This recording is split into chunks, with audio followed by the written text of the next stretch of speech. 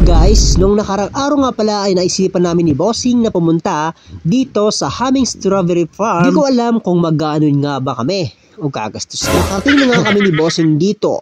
Dadalawa lang pala kami dahil maganda pag dalawa lang. May quality time. Inutusan ko na nga pala siya guys para magbayad ng entrance fee kahit nakapasok na kami. Siyempre, ako pa rin ang boss. Pero pag kami lang dalawang magkasama ay no choice. Siya ang masusunod. Kaya na nga at tapos na siyang magbayad ng entrance fee. Binigyan ko siya guys. Pero nahihiya siya. Mahihain talaga yan. Sabi ko nga siya pa rin ang masusunod.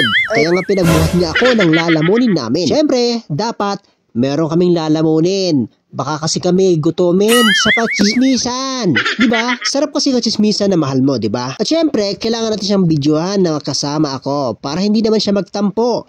Ganun talaga pag mahal mo. Ayaw mo nagtatampo. Diba boys? Yan na nga at inaayos namin ang aming uupuan. Para naman malinis tingnan. Ito pala guys ang aming lalamunin. Ginataang langka, chichirya, coke, at tubig. At syempre, hindi mawala ang kape ang lamig eh. Habang kumakain nga kami guys ay sinimula na naming magchismisa. Siyempre as usual pinagchichismisan namin ang aming future at lahat ng mga bagay-bagay dyan sa paligid.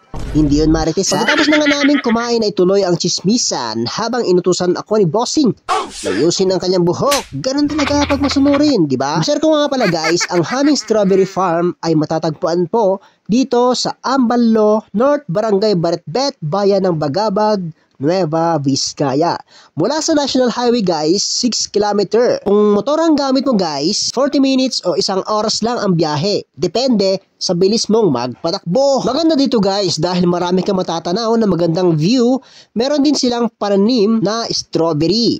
The word Haming Strawberry Farm, meron talagang strawberry. Kung hindi ka pa nakakita ng strawberry in person, punta ka lang dito. Bawal nga lang pitasin. You need to pay it before you pitas-pitas. Siyempre, wala nga namang libre ngayon. Meron din magandang pagpicturean dito guys. Para siyang Ifugao House design. Hindi ko alam. Basta maganda siya guys. Meron ka din makikita guys na estatwa ng strawberry. Malaking strawberry. Ayun na po guys. Maraming salamat po sa inyong panonood. Thank you guys. Para sa mga karagdagang detalye, bisitahin nyo lamang po ang kanilang Facebook page, ang Haming Strawberry Farm Facebook page.